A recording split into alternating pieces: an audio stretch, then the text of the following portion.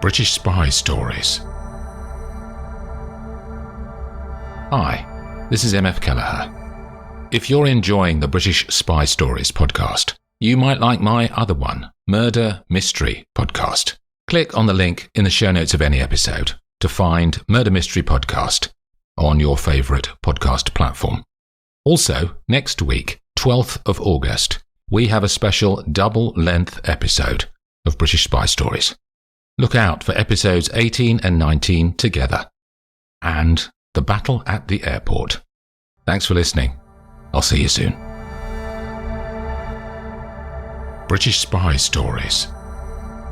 Season 3. Official Denial. Episode 17. The knock comes on Gabby's hotel bedroom door just before 9 in the morning. "I brought you coffee," says Laravelle. And she walks in, followed by Hans, who is also holding coffee and his laptop. "So, where have we got to?" says Gabby, as they all settle on chairs in the room.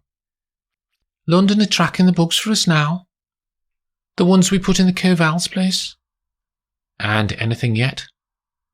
"I've got yesterday's transcript coming through later," says Laravelle.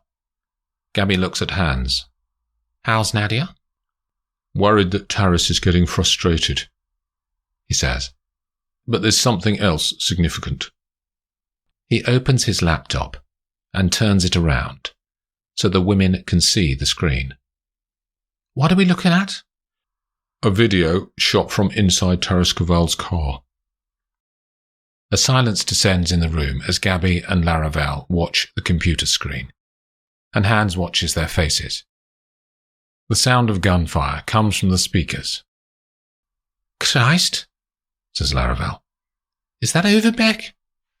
"Sadly, yes." "When was this?" says Gabby. "Last week. Taras took Overbeck with him as a driver, and it kicked off. You can see the lorry on fire in the distance." "And he killed that man there," says Gabby, pointing at the last frame of the video that is frozen on the screen. "Looks like it." "This changes everything," says Gabby. "If he's now fully part of this criminal gang, we need to push faster and go and talk to him." "I told him to call into the hotel when we met at the party," says Hans. "We can't wait for that, Gordon. Meet me downstairs in 10 minutes, both of you." I need to get some sleep," says Hans. "Impressive," she says, and he looks sheepish. "Jenny, you and I are going to find Overbeck." "Okay." It takes the two women under 10 minutes to reach Vorismati Street, where Elena and Victor live. Laravelle pushes the doorbell to flat 5, and Elena's voice comes out of a metal grill beneath the buttons. The door buzzer sounds immediately that Laravelle says it's Sabrina and a friend, and they were passing and thought they'd drop in. "This is Bridget," says Laravelle, as Elena opens the door to the flat and sees Gabby standing next to her. They all go into the lounge. "Tea," says Elena. "We haven't really got time. We didn't say just now on the entry phone, but we're looking for your boyfriend. We're worried about him." "Why?" says Elena, looking suspiciously at the two women. "I work for Taras," says Gabby. "My role is to look after the people who work for him." Laravelle's face is a picture of surprise for a second. Then she shifts her face muscles to a concerned look, just before Elena looks at her. "We're worried about Victor. Do you know where he is?" "No," says Elena. "He didn't come home last night, and he's not answering his mobile." "Did you guys argue?" says Laravelle. "No, but he's been behaving weirdly for a few days." "Did something happen?" "I asked him the same," says Elena. "But he wouldn't say. He's been more and more closed since we came here, especially the last couple of weeks. But he's been happy too, in an odd way." "Do you have any idea where he could be? Are there places he goes regularly?" He drinks too much, says Elena. He's always in some bar or other. Elena's eyes portray a sadness that hadn't been there a few days ago at the Covell's party. Try the 9 bar, says Elena. He goes there. Gabby turns to go. Thank you, says Laravelle. We'll get him to call you. Elena makes a doleful nod and watches the women leave. The 9 bar isn't open, and Gabby hits the door with the side of her fist in frustration. There must be some way to find him, she says. With his phone off, we're stuffed. London could locate it if it was bloody switched on. Maybe he's got another phone, says Laravelle. Does London have the numbers for the people who work for Covell? Maybe we could trace those. A good thought. Gabby pulls out her phone immediately and dials a number, then raises the device to her ear. Hello, Anglesey. She uses the code name of the Duty Operations Officer in London Control. Black Oak, he says. How are you? That depends on your ability to trace a mobile. What's the number? That's your first challenge. It's a phone used by the gang headed by Taras Kaval in Hungary. Have we got any numbers that gang uses? Most are burners, Black Oak, he says. They chuck 'em away after the job and get new ones each time. Do we have Taras Kaval's number? Let me check. There's a clatter of a keyboard down the line. Yes, we do. OK. Is there a new number that he has called each day in the last week or so? There are 2 regular ones, Black Oak. One is probably his wife, says Gabby. Can you geolocate those 2 devices and send them to my phone? OK, be with you in a minute. He rings off. In less than a minute, 2 encrypted messages arrive in Gabby's phone, and she and Laravelle watch the screen as the map of Budapest loads, and 2 red markers appear. One is the flat, says Laravelle. That'll be Nadia. So this one, says Gabby, pointing at a light in the northeast of the city, could be our man. That's out near Alsarakos, says Laravelle. Without a car, it's an hour's walk. Let's go then.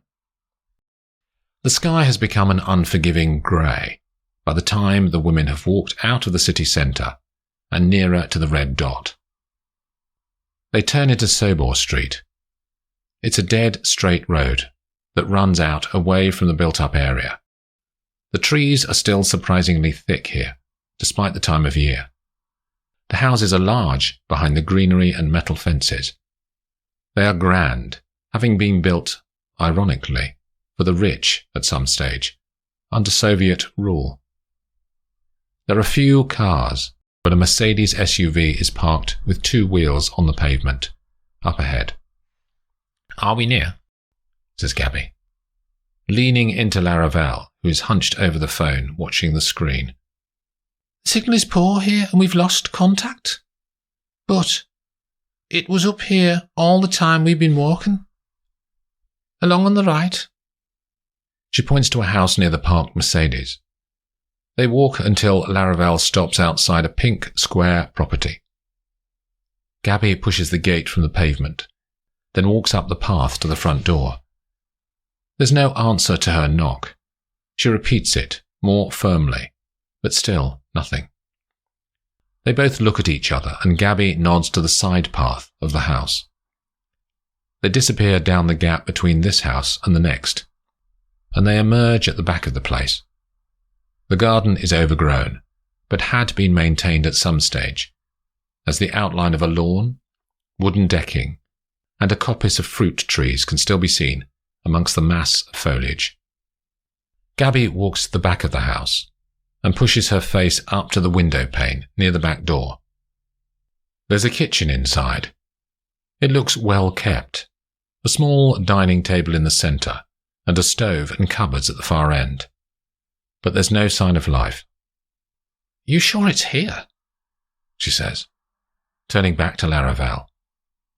The dot was active inside the house in the last half hour? Gabby steps back away from the building and calls up to the top windows. Victor, are you there?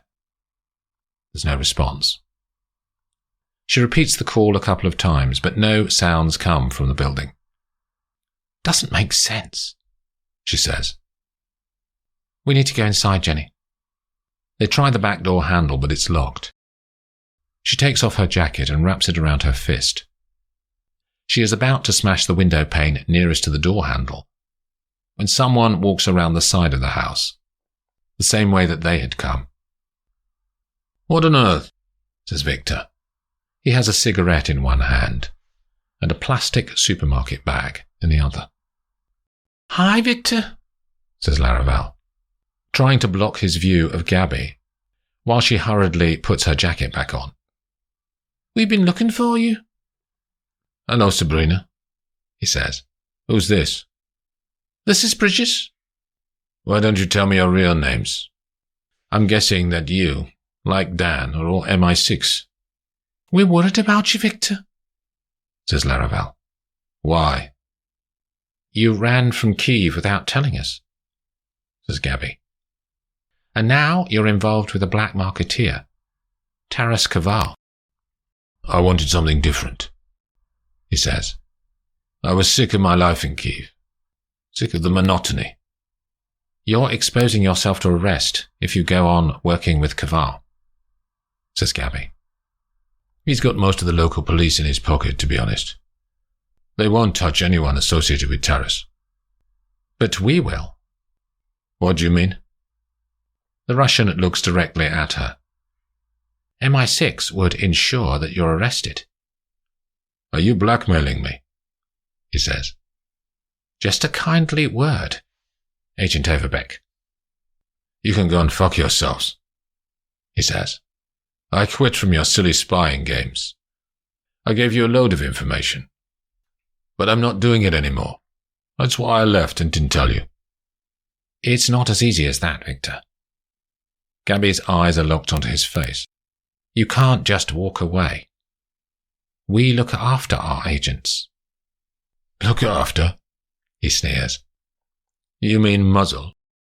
"You signed the Official Secrets Act, so yes, we'll make sure you don't talk about anything you know." Victor takes a long drag on his cigarette and blows out a ball of smoke that drifts away in the air. "We're offering you a way out, Victor," says Gabby. He says nothing, but his eyes show that he's all ears. "A new life away from here. All expenses paid. As soon as you like." "I've got plans of my own." "You can't stay with Kaval." "I plan to get away. I've met someone. This is her place." He nods towards the house. "Does Elena know?" says Laravelle. "You're not going to tell her, Sabrina," he says. A buzzing sound comes from Victor's pocket. He pulls out his mobile device and reads the screen. "I need to go. Kaval wants me." "I'll give you a couple of days, Victor. Then we'll come looking for you again," says Gabby. "And just so you know, we've got the video from Kaval's car that shows you killing a man in cold blood. It could form the basis for a court case, which we would ensure gets pushed through the Hungarian courts." "Like fuck you have," he mumbles. Gabby indicates to Laravelle to show the video, and she presses play on the phone screen and holds it up for Victor to see. He is silent as he watches. 2 days, Victor."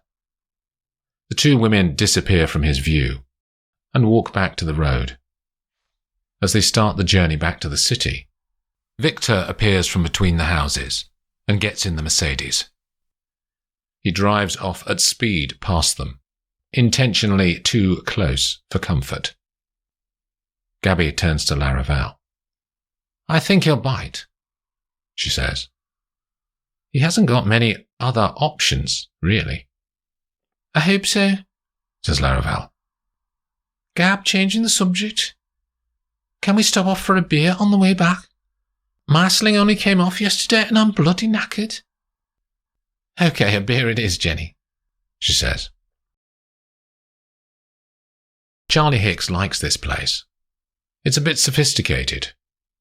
Now he's got such a senior position in MI6.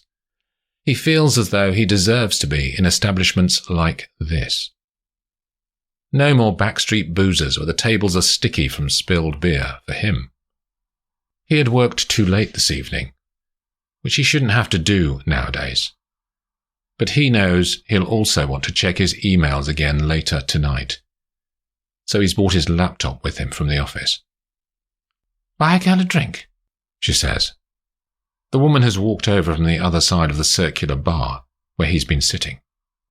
Her blue eyes sparkle, and her hair is loose across her bare shoulders.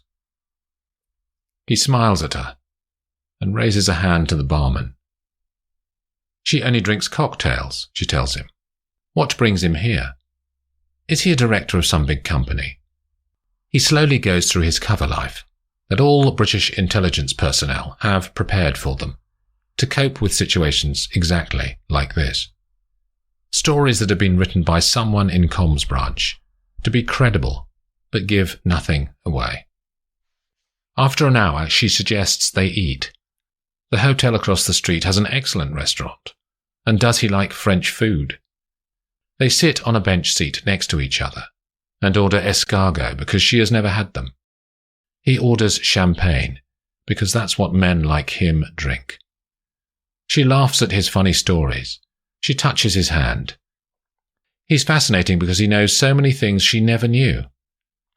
When the waitress asks if they want coffees, the woman suggests they get them from somewhere else. They walk back to the reception of the hotel. "We could stay here," she says, her eyes not moving from his. He barely nods. She walks towards the desk and books a room. After they've made love, she falls asleep. He leans across and kisses her on the cheek, then lays back down and sleeps himself. When his breathing is regular, the woman opens her eyes and turns to check he is out for the count. She picks up her clothes from the floor and pulls them on.